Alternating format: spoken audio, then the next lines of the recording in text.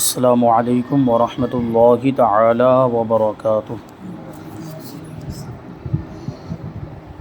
نحمدہ ونصلی ونسلم علی رسولہ الکریم، اما بعد فاعوذ باللہ من الشیطان الرجیم، بسم اللہ الرحمن الرحیم۔ ان اللہ وملائکتہ یصلون علی النبی یا ایہا الذین آمنوا صلوا علیہ وسلموا تسلیما۔ اللہم صلی علی سیدنا ومولانا محمد معدن الجود والکرم وآلہ الکرام وابنہ الکریم وبارک وسلم صلاۃ وسلاما علیک یا رسول اللہ صلی اللہ تعالی علیہ وسلم۔ وسیلے کا بیان جاری ہے، اور انبیاء کرام کو، اولیاء اعظام کو، محبوبان بارگاہ کو اللہ کی بارگاہ میں وسیلہ بنانا یہ جائز ہے، قرآن و حدیث سے ثابت ہے۔ تو اس سلسلے میں قرآن پاک کی ایک آیت کریمہ بھی اس سے پہلے والے درس میں بیان کی گئی، اور 3 حدیثیں اس کے ثبوت کے طور پر پیش کی گئی۔ اب یہاں پہ آگے سوال ہے کہ انبیاء کرام علیہم الصلاۃ والسلام اور اولیاء اعظام رحمۃ اللہ علیہم سے توسل کا کیا مطلب ہے؟ ایک تو لفظ آتا ہے وسیلہ اور ایک ہوتا ہے توسل۔ توسل اور وسیلہ میں کوئی زیادہ فرق نہیں۔ توسل کا مطلب ہی ہوتا ہے وسیلہ بنانا، یعنی انبیاء کرام کو اور اولیاء اعظام کو اللہ کی بارگاہ میں وسیلہ بنانا۔ تو جواب دیتے ہیں کہ ان سے توسل کا مطلب یہ ہے کہ حاجتوں کے بر آنے، یعنی حاجتوں کے پورا ہونے اور مطالب کے حاصل ہونے کے لیے، مطالب یہ مطلب کی جمع، ہمارا جو مطلب، ہماری جو ضرورت، تو مطلب کے حاصل ہونے کے لیے ان محبوب ہستیوں کو اللہ پاک کی بارگاہ میں وسیلہ اور واسطہ بنایا جائے، کیونکہ انہیں اللہ پاک کی بارگاہ میں ہماری نسبت زیادہ قرب حاصل ہے، یعنی ہمارے مقابلے میں اللہ کے ولیوں کو اور انبیاء کرام کو، محبوب بندوں کو اللہ کا زیادہ قرب حاصل ہے۔ ہم تو اللہ کی بارگاہ میں وہ کوئی مقام اور کوئی حیثیت نہیں رکھتے، کیونکہ ہم بہت بڑے گنہگار ہیں، لیکن یہ اللہ کے نیک بندے انبیاء کرام اور اولیاء اعظام تو وہ اللہ کی اطاعت کرتے ہیں، اور انبیاء کرام تو معصوم ہوتے ہیں۔ اللہ تعالیٰ ان کو تو لوگوں کی ہدایت کے لیے بھیجتا ہے، لوگوں کی رہنمائی کے لیے بھیجتا ہے، تو اللہ کی بارگاہ میں ان کا مرتبہ کیا ہوگا؟ اور اللہ کے ولی بھی پوری زندگی اس کی اطاعت میں لگے رہتے ہیں، تو اللہ تعالیٰ ان کو وہ مرتبہ عطا فرماتا ہے کہ اگرچہ وہ معصوم نہیں ہوتے، لیکن اللہ تعالیٰ ان کو بھی گناہوں سے محفوظ رکھتا ہے، تو یہ مرتبہ ان کا ہوتا ہے۔ اس لیے ہم ان کو وسیلہ بناتے ہیں، کیونکہ ان کو زیادہ قرب حاصل ہے۔ اللہ پاک ان کی دعا پوری فرماتا ہے اور ان کی شفاعت قبول فرماتا ہے، اس لیے ہم ان کی بارگاہ میں بھی عرض کرتے ہیں، اللہ کے ولیوں کی بارگاہ میں بھی حاضر ہوتے ہیں، تو ان کی بارگاہ میں بھی عریضہ پیش کرتے ہیں کہ ہماری یہ حاجت ہے، ہمیں یہ کام پیش آ گیا، ہمیں یہ ضرورت پیش آ گئی، تو آپ اللہ کی بارگاہ میں ہمارے لیے دعا کر دیں۔ کہ اللہ کے ولی پر ان کے مزار پر حاضر ہونے کے مختلف طریقے مطلب وہاں پہ حاجت اپنی کیسے پیش کرنی ہے، وہ حاضر ہونے کے آداب الگ ہے کہ کیسے حاضر ہونا ہے، کیا پڑھنا ہے، کہاں سے جانا ہے، پائنتی کی طرف سے جانا ہے، اور جس طرف وہ اللہ کے ولی کا چہرہ ہے اس طرف جا کے کھڑے ہونا ہے، پھر پڑھنا، یہ اس سے پہلے آ چکا ہے، کیا پڑھنا ہے وہ بھی آیا۔ بہرحال وہ ہم حاجت پیش کریں گے اللہ کی ولی کی بارگاہ میں تو کس انداز میں؟ تو ایک تو طریقہ یہ کہ ڈائریکٹ ہم خود ہی ان سے کہیں کہ آپ ہماری ضرورت کو پورا کر دیجئے، اللہ کی دی ہوئی طاقت کے ذریعے سے ہماری مصیبت کو دور فرمائیں، مشکل کو آسان کر دیں، کیونکہ اللہ نے ان کو مدد کرنے کی طاقت دی ہے، تو ہم ڈائریکٹ ان کو بھی بول سکتے ہیں کہ ہماری مدد کیجیے۔ اور دوسرا طریقہ یہ کہ ان کا وسیلہ اللہ کی بارگاہ میں پیش کر کے اللہ سے مانگے کہ پروردگار تیرے محبوب بندے جو یہاں پہ آرام فرمائے ہیں، ان کے وسیلے سے تیری بارگاہ میں دعا کرتا ہوں، میری دعا کو قبول فرما۔ ایک طریقہ یہ ہو گیا، اور ایک طریقہ یہ ہو سکتا ہے کہ ہم وہ اللہ کے ولی کی بارگاہ میں عرض کریں کہ ہاں آپ ہمارے لیے دعا کیجیے، ہمیں یہ حاجت پیش آئی، ہمیں یہ ضرورت پیش آئی، تو آپ ہمارے لیے دعا کیجیے۔ تو یہ مختلف طریقے، تینوں طریقے بھی اختیار کر سکتے ہیں، تو یہ اللہ کی بارگاہ میں اتنا بڑا ان کا مرتبہ ہوتا ہے۔ آگے سوال کہ انبیاء کرام علیہم الصلاۃ والسلام سے توسل کا کیا حکم ہے، یعنی انبیاء کرام کو وسیلہ بنانے کا کیا حکم ہے؟ جواب، امام تقی الدین سبکی شافعی رحمۃ اللہ تعالی علیہ لکھتے ہیں، نبی کریم صلی اللہ علیہ وسلم کے وسیلے سے دعا کرنا جائز اور مستحسن ہے، یعنی اچھا ہے، چاہے ولادت باسعادت سے پہلے ہو، حیات ظاہری میں ہو، یا وصال مبارک کے بعد ہو، یعنی لوگوں نے حضور پاک صلی اللہ علیہ وسلم کے دنیا میں تشریف لانے سے پہلے بھی آپ کے وسیلے سے دعائیں کی، اور حضور کے ظاہری طور پر دنیا میں تشریف فرما رہتے ہوئے بھی آپ کے وسیلے سے لوگوں نے دعائیں کی، اور اب بھی ظاہری طور پر پردہ فرمانے کے بعد بھی آپ کے وسیلے سے لوگ دعائیں کرتے ہیں، اور ان کی دعائیں پوری بھی ہوتی ہیں، ان کی حاجتیں پوری بھی ہوتی ہیں۔ تو اسی طرح آپ صلی اللہ علیہ وسلم سے خاص نسبت رکھنے والے بزرگوں کو وسیلہ بنانا بھی جائز اور مستحسن ہے، یعنی خاص نسبت رکھنے والے بزرگ یعنی اس امت کے اولیاء کرام، تو ان کو بھی وسیلہ بنایا جا سکتا ہے۔ حضرت سیدنا آدم علیہ السلام نے حضرت محمد مصطفیٰ صلی اللہ علیہ وسلم کے وسیلے سے دعا کی تو ارشاد باری ہوا کہ بے شک محمد صلی اللہ علیہ وسلم تمام مخلوق میں میرے نزدیک سب سے زیادہ محبوب ہے۔ یعنی ہوا کیا، حضرت آدم علیہ السلام سے جو خطائے اجتہادی ہوئی تو جنت سے نکالے گئے، دنیا میں بھیج دیے گئے، تو حضرت آدم علیہ السلام روتے رہتے تھے اور اللہ کی بارگاہ میں توبہ کرتے رہتے تھے۔ تو کئی سال، 300 سال کا عرصہ بھی آتا ہے روایتوں کے اندر کہ 300 سال تک روتے رہے۔ پھر انہوں نے حضور کے وسیلے سے اللہ کی بارگاہ میں دعا کی۔ تو ایک روایت میں یہاں تک آیا کہ جب حضرت آدم علیہ السلام بھی سوچنے جیسی بات ہے، وہ سارے انسانوں کے باپ، اور اس اعتبار سے دیکھیں تو حضور کے بھی والد ہوئے، کیونکہ حضور دنیا میں تشریف تو بعد میں لائے، حضور کا نور پہلے بن چکا تھا، پیدا ہو چکا تھا، لیکن دنیا میں تشریف لانے کے اعتبار سے تو حضور حضرت آدم علیہ السلام کی اولاد میں ہوئے، لیکن حضرت آدم علیہ السلام بھی حضور کا وسیلہ اللہ کی بارگاہ میں پیش کرتی۔ تو اللہ تعالیٰ نے پوچھا کہ اے آدم تو نے محمد کو کیسے جانا؟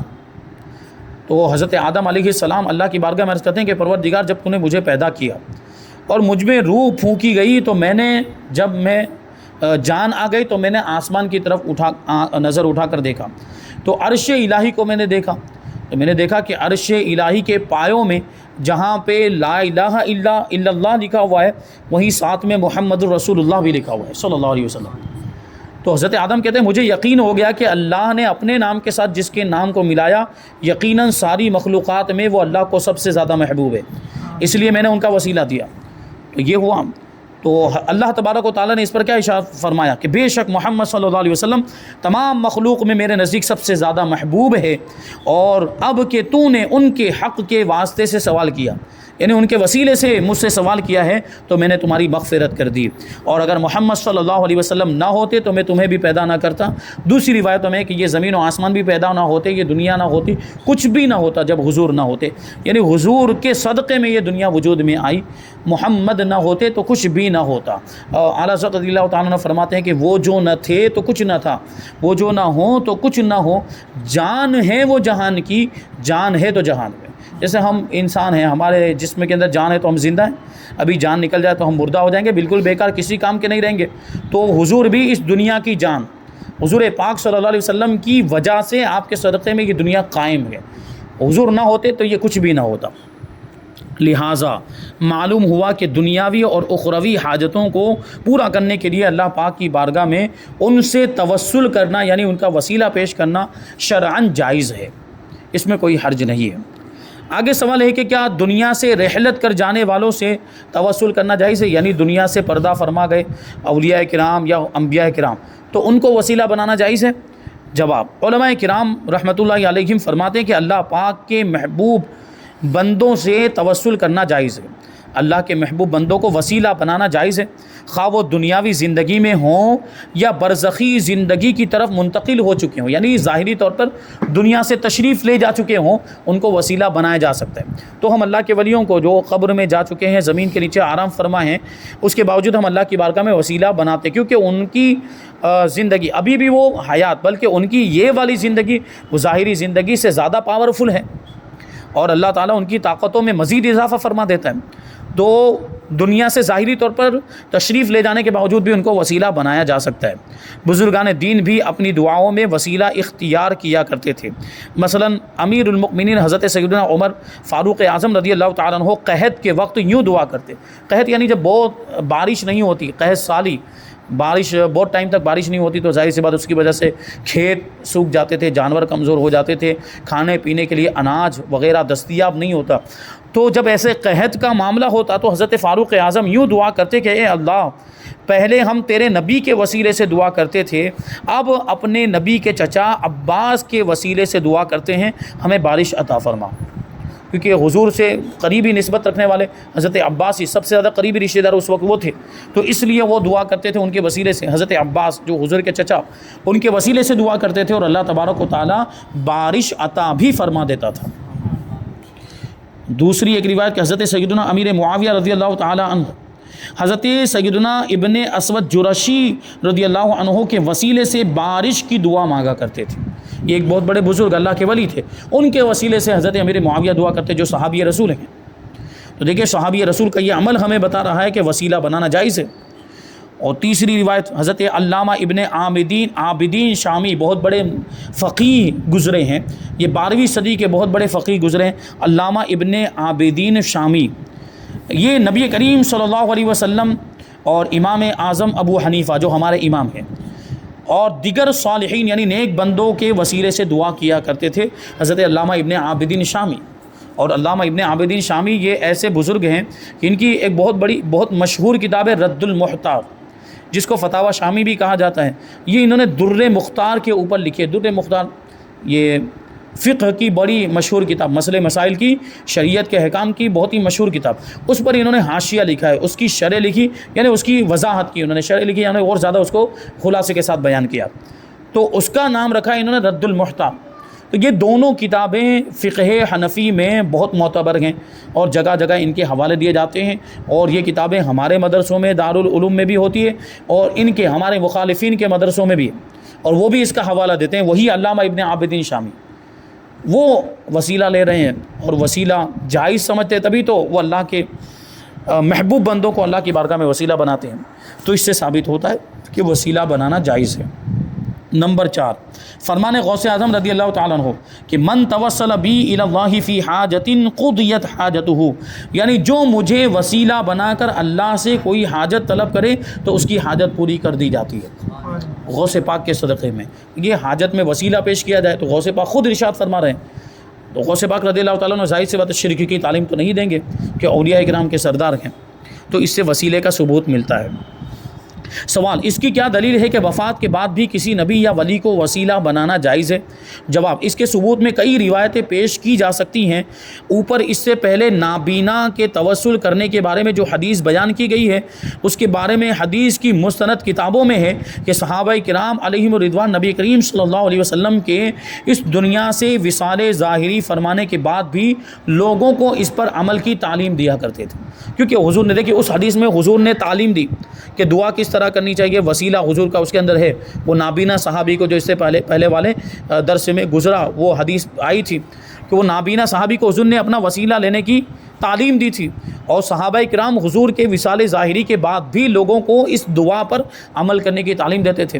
تو اگر یہ صرف حضور کی ظاہری زندگی کے لیے ہوتا تو صحابہ کرام ظاہری زندگی کے بعد لوگوں کو اس کی تعلیم نہ دیتے. اس کا مطلب یہ ہے کہ حضور کو وسیلہ بنانا یہ ظاہری زندگی کے بعد بھی جائز ہے.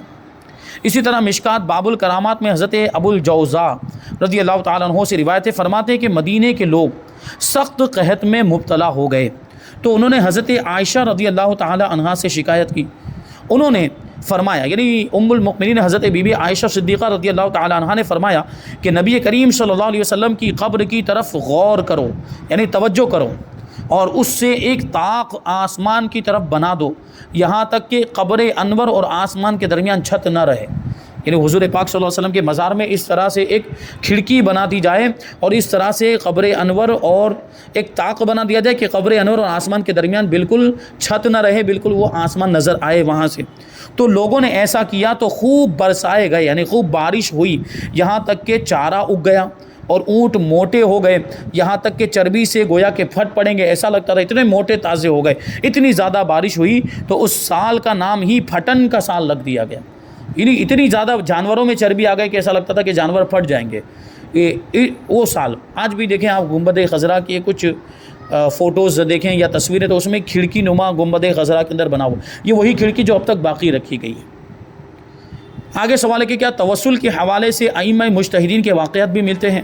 ائمہ مجتہدین یعنی ہمارے وہ امام جو اجتہاد کے درجے پر فائز تھے، جنہوں نے قرآن و حدیث سے مسائل اور احکام نکال کر ہم تک پہنچائے، جیسے ہمارے امام اعظم ابو حنیفہ اور امام شافعی، امام مالک، امام احمد ابن حنبل. تو کیا ان کے بھی کچھ ایسے واقعات ہیں کہ انہوں نے وسیلہ بنایا ہو، کسی کو وسیلہ بنایا ہو اور وہ وسیلے کو جائز سمجھتے ہوں؟ تو کہتے ہیں ہاں، ائمہ اربعہ یعنی 4 امام اور دیگر فقہاء کرام رحمۃ اللہ علیہم بھی بارگاہ الہی میں وسیلہ پیش کرتے رہے ہیں. امام اعظم کا عمل پہلے بیان کرتے ہیں۔ امام اعظم رحمۃ اللہ تعالی علیہ اپنے مشہور قصیدہ نعمانیہ میں حضور پاک صلی اللہ علیہ وسلم کی بارگاہ میں یوں عرض کرتے ہیں، بڑا حضور کی تعریف میں امام اعظم نے ایک قصیدہ لکھا ہے جس کو قصیدہ نعمانیہ کہا جاتا ہے۔ اور قصیدہ نعمانیہ کہنے کا مطلب بھی یہی ہے، وجہ یہ ہے کیونکہ امام اعظم کا نام ہے نعمان بن ثابت، ہمارے امام کا نام نعمان بن ثابت، ابو حنیفہ ان کی کنیت ہے، اور امام اعظم ان کا لقب ہے، امام اعظم ابو حنیفہ نعمان بن ثابت رضی اللہ عنہ۔ تو اسی نعمان آپ کے نام کی طرف منسوب کرتے ہوئے اس کو قصیدہ نعمانیہ کہا جاتا ہے۔ اس میں ایک شعر ہے، فرماتے ہیں انت الذی لما توسل بک آدم من ذلۃ فاز وهو اباک، یعنی آپ صلی اللہ علیہ وسلم ہی وہ ہیں کہ جب حضرت آدم علیہ السلام نے آپ کو وسیلہ بنایا تو وہ کامیاب ہو گئے قبولیت دعا سے، حالانکہ وہ آپ صلی اللہ علیہ وسلم کے والد تھے۔ یعنی دنیا میں ظاہری طور پر تو آپ حضرت آدم علیہ السلام کے اولاد، تو حضرت آدم علیہ السلام نے اپنی اولاد میں سے حضور کے وسیلے سے دعا کی، پھر بھی ان کی دعا قبول ہو گئی، وہ واقعہ پیچھے بیان کیا گیا۔ یہ امام اعظم کا عمل۔ اب امام شافعی کا عمل بیان کرتے ہیں کہ امام شافعی رحمۃ اللہ تعالی علیہ بھی اللہ پاک کی بارگاہ میں وسیلہ پیش کرنے کے قائل تھے، یعنی وہ اس کو صحیح اور درست مانتے تھے۔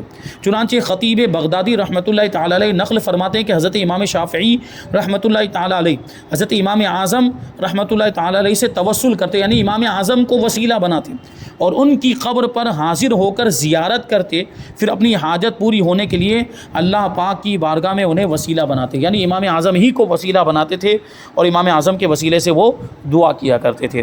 تو یہاں پر یہ وسیلے کا بیان مکمل ہو گیا۔ اب آگے سبق نمبر 4 میں بہت ہی اہم بیان ایصال ثواب۔ ایصال ثواب کا مطلب کیا ہوتا ہے اس کو بھی سمجھ لیں۔ ایصال معنی ہوتا ہے پہنچانا، اور ثواب مطلب بدلہ۔ بدلہ مطلب یہاں پہ مراد کیا ہے؟ نیکیوں کا بدلہ، کہ ہم جو بھی نیک کام کریں، قرآن کی تلاوت کریں یا کھانا کھلائیں، صدقہ کریں، یا جو بھی کام نیکیوں میں شمار ہوتا ہے وہ کام، جیسے اگر نماز بھی ہم پڑھ رہے ہیں تو نماز کا ثواب بھی ہم پہنچا سکتے ہیں۔ تو ایصال ثواب کا مطلب ہی ہوتا ہے ثواب پہنچانا۔ کس کو پہنچانا؟ ہم تو خود پڑھ رہے ہیں، جو زندہ ہے وہ تو خود پڑھ کے خود ہی ثواب حاصل کر سکتا ہے۔ ہاں یہ بھی ہے کہ زندہ کو بھی ثواب پہنچایا جا سکتا ہے، لیکن عام طور پر ثواب کس کو پہنچایا جاتا ہے؟ مردوں کو پہنچایا جاتا ہے، جو دنیا سے رخصت ہو چکے، جن کا انتقال ہو چکا، ان کو ثواب پہنچایا جاتا ہے۔ یعنی ہم کچھ پڑھتے ہیں، قرآن خوانی کرتے ہیں یا جو بھی عبادت وغیرہ کرتے ہیں تو اس کا ثواب ہم پہنچاتے ہیں۔ تو یہ ہے ایصال ثواب۔ اور آپ دیکھتے بھی بہت سی جگہوں پہ لکھا رہتا ہے، جیسے کوئی قرآن شریف کی پیٹی اگر وقف کرتا ہے مسجد میں تو لکھتا ہے وہ برائے ایصال ثواب مرحوم فلاں فلاں۔ تو اس کا کیا مطلب ہوتا ہے کہ اب یہ پیٹی ہم نے رکھ دی ہے مسجد کے اندر، تو اب اس کو جو بھی تلاوت کرے گا، یہ پارے جو بھی پڑھے گا، تو اس کا جو بھی ثواب وہ مرحوم کو پہنچتا رہے۔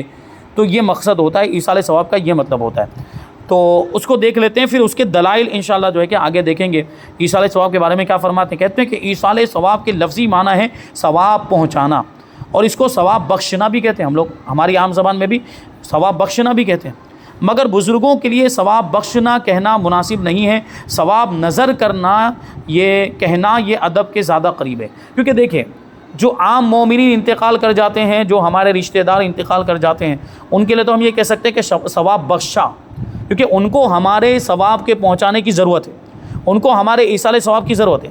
لیکن اللہ کے ولیوں کو ہمارے ایصال ثواب کی ضرورت نہیں ہوتی، نیک بندوں کو، بزرگان دین کو ہمارے ثواب کی ضرورت نہیں، کیونکہ اللہ تعالیٰ نے ویسے ہی ان کے مقام و مرتبے کو بلند فرمایا۔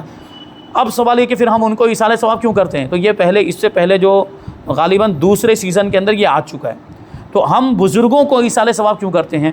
تو وہاں بھی یہ بے فائدہ نہیں، کیونکہ وہ اللہ کے نیک بندے، ان کو ثواب کی ویسے ضرورت نہیں ہوتی، لیکن جب ہم ایصال ثواب کرتے ہیں تو اللہ تعالیٰ ان کو ان کے درجات میں اور بلندی عطا فرماتے ہیں، اور وہ ہمارے ایصال ثواب پر خوش ہوتے ہیں، ہمارے لیے دعائیں کرتے ہیں۔ تو جب وہ ہمارے لیے دعا کر دیں گے تو ہمارا بیڑا پار ہو جائے گا۔ تو اس لیے بھی اللہ کے ولیوں کو بھی ایصال ثواب کیا جاتا ہے۔ اور آپ سنتے رہتے ہوں گے کہ جب وہ فاتحہ پڑھا جاتا ہے تو اس میں اوپر سے لے کر آتے ہیں حضور پاک صلی اللہ علیہ وسلم سے تمام انبیاء اکرام، رسولان نظام، تمام اولیاء کا نام لیتے ہیں، نیک لوگوں کا، صالحین کا، شہداء کا، پھر مرحومین کے بھی نام اس میں شامل کرتے ہیں۔ تو اس طرح اوپر سے لے کر نیچے تک سب کو بخشا جاتا ہے اور سب کو ایصال کیا جاتا ہے، نذر کیا جاتا ہے، پیش کیا جاتا ہے۔ تو اللہ کے ولیوں کی بات آ رہی ہو تو نذر کرنا کہتے ہیں کہ ہم ان کی بارگاہ میں نذر کرتے ہیں، ان کی بارگاہ میں ثواب پیش کرتے ہیں، یہ کہنا ادب کے زیادہ قریب ہے۔ اعلیٰ حضرت امام احمد رضا خان رحمۃ اللہ تعالی علیہ فرماتے ہیں حضور اقدس صلی اللہ علیہ وسلم خواہ اور نبی یا ولی کو ثواب بخشنا کہنا بے ادبی ہے، یہ بخشنا بڑے کی طرف سے چھوٹے کو ہوتا ہے، بلکہ نظر کرنا یا ہدیہ کرنا کہنا چاہیے۔ کہ ہم ثواب نظر کرتے ہیں یا ثواب ہدیہ کرتے ہیں، بخشتے ہیں یہ نہیں کہنا چاہیے۔ ہاں مرحومین کے بارے میں کہہ سکتے ہیں کہ ہم اپنے فلاں مرحوم کو یہ ثواب بخشتے ہیں، تو یہ ہو سکتا ہے، لیکن بڑے بزرگوں کا ذکر ہو رہا ہو، اللہ کے ولیوں کا ذکر ہو رہا ہو یا انبیاء کرام کا، تو وہاں نظر کرتے ہیں یہ کہیں گے۔ تو اسی طرح میت کے لیے زندوں کا دعا کرنا قرآن کریم سے بھی ثابت ہے، جو کہ ایصال ثواب کی اصل ہے۔ زندے دعا کرتے ہیں تو اس کا فائدہ مردوں کو پہنچتا ہے، اس کے تعلق سے آیت کریمہ ہے، سورہ حشر کی آیت کریمہ ہے، اور پھر حدیثوں سے بھی ایصال ثواب کرنا ثابت ہے۔ تو کتنی حدیثیں یہاں پہ 3 حدیثیں بیان کی ہے، اور اس کے بعد اور بھی بہت سارے مسائل اور احکام سوال جواب کی صورت میں ہیں۔ انشاءاللہ یہ ساری باتیں ہم آئندہ درس میں شامل کریں گے۔ اللہ تبارک و تعالیٰ کی بارگاہ میں دعا ہے کہ جو کچھ بھی بیان ہوا اس پر ہم سب کو عمل کرنے کی توفیق عطا فرمائے۔ وما علینا الا البلاغ۔ السلام علیکم۔